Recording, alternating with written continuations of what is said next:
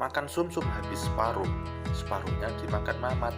Assalamualaikum warahmatullahi wabarakatuh. Mari kita tetap semangat. Kembali lagi di kelas Pak Nafi.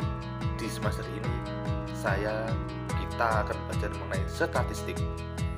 Dan pada kesempatan pertama ini kita akan mulai kelas ini dengan pengantar statistik. Kita akan ngobrol-ngobrol ringan dulu saja. Kita akan bahas yang ringan-ringan dulu saja. Pada materi awal ini kita akan membahas beberapa pokok bahasan yang mana pada kesempatan kali ini dalam video ini akan saya jelaskan. Yang pertama dari definisi statistika atau statistik, kemudian yang kedua adalah jenis-jenis statistika. Yang ketiga nanti kita akan bahas mengenai macam-macam data, dan yang terakhir kita nanti akan membahas mengenai macam-macam variabel. Semua itu akan kami jelaskan. Selanjutnya kita perlu berpikir, kenapa kita belajar statistik? Alasannya tentu akan banyak sekali, tapi di sini saya akan hanya jelaskan beberapa. Yang pertama adalah statistik itu memiliki peran dalam mengkomunikasikan informasi kaitannya dengan kemajuan teknologi yang sangat pesat.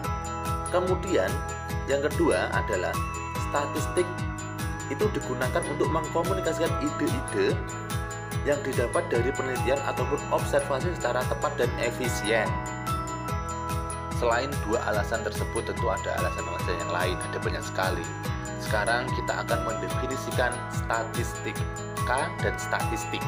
Statistika itu apa? Statistika adalah suatu teknik yang digunakan untuk mengumpulkan data, menganalisa data, dan menyimpulkan dan mengadakan penafsiran data dalam bentuk angka. Sedangkan statistik itu adalah kumpulan data dalam bentuk angka dan disusun dalam bentuk diagram ataupun tabel di mana isinya menjelaskan masalah tertentu. Ini adalah contoh-contoh data statistik. Ketika kita melihat pertandingan bola, tentu kita akan dilihatkan statistik di awal pertandingan, di pertengahan sampai di akhir. Kemudian yang lain juga dapat disaksikan, mungkin di TV setiap hari kita melihat data-data kasus COVID. Itu ada yang bentuknya tabel, ada yang bentuknya diagram. Itu adalah hasil dari statistika, data-data yang diolah. Jika berbicara mengenai data, tentu kita sudah sangat familiar sekali. Data pribadi, mungkin ketika mahasiswa kita juga disuruh mengisi data-data individu, data orang tua, data yang berkaitan dengan identitas kita. Nah, sekarang saya mau bertanya, apa itu data? Data itu merupakan kumpulan informasi diperoleh melalui pengamatan, perhitungan, pengukuran, dan responsi. Data-data berkaitan individu tentu itu dihasilkan dari responsi individu tersebut. Dalam ilmu statistik ada dua istilah, deskriptif dan inferensial. Dalam istilah deskriptif itu digunakan untuk mengemukakan cara-cara penyajian data dalam bentuk tabel seperti median modus serta rentang atau sumbangan bakunya. Kemudian yang inferensial itu bertujuan untuk penarikan sebuah kesimpulan. Sebelum menarik kesimpulan, dilakukan dugaan yang dapat diperoleh dari statistik deskriptif dengan uji-uji statistik yang lain. Ruang lingkup untuk statistik deskriptif itu mungkin teman-teman sudah menjumpai, tapi mungkin tidak tahu itu apa. Seperti halnya yang pertama adalah distribusi frekuensi, seberapa sering, bisa dilihat dari rata-ratanya. Kemudian ukuran pemusatan dan penyebaran data. Kemudian yang terakhir adalah untuk penyajian data. Tadi sudah disebutkan bahwa untuk penyajian data dalam bentuk tabel. Nah, seperti ini teman-teman mungkin sudah pernah menjumpai tapi belum tahu namanya atau istilahnya.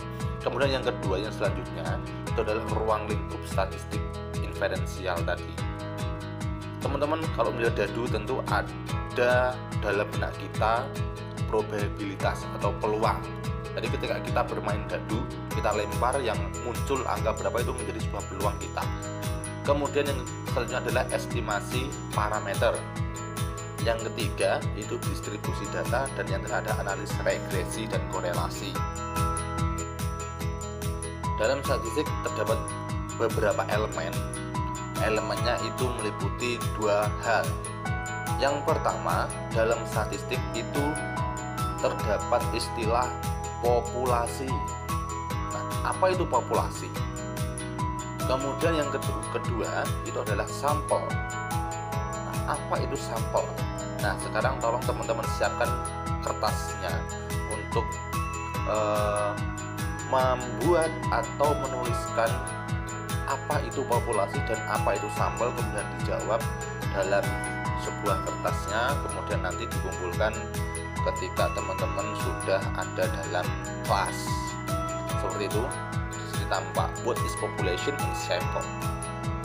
Silahkan teman-teman boleh googling, boleh berdasarkan buku, boleh berdasarkan dari internet atau jurnal-jurnal. Yang terpenting adalah referensinya tolong dicantumkan.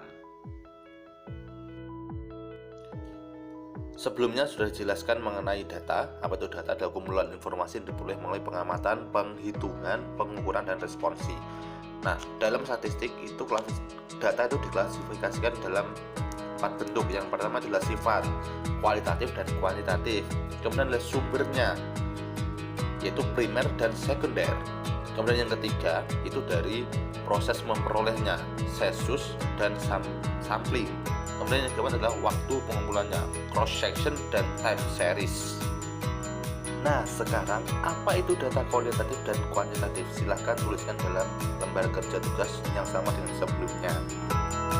Dengan klasifikasi data di atas disebutkan yang pertama itu adalah sifat yang menjadi tugas teman-teman, dan yang sekarang itu adalah sumber datanya.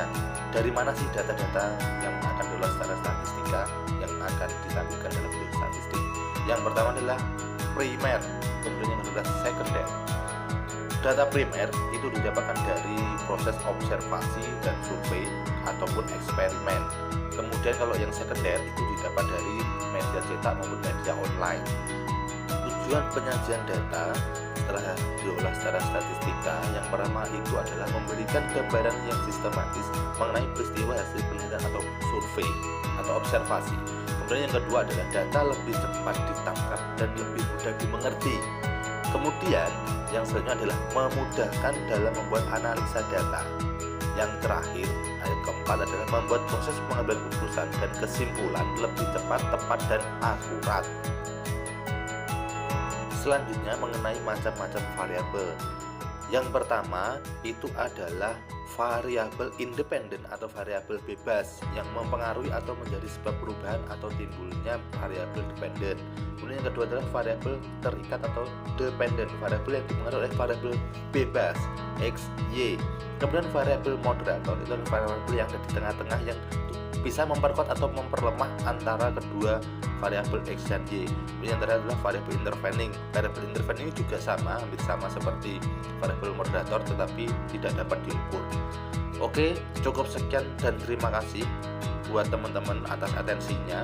Semoga kita masih diberi kesempatan yang jauh lebih semangat dalam pertemuan selanjutnya. Dan pada hari ini saya cukupkan sekian. Nanti kita akan ada pertanyaan, boleh langsung ditanyakan dalam kolom grup kita di WA boleh ataupun di Google Classroom. Wassalamualaikum warahmatullahi wabarakatuh.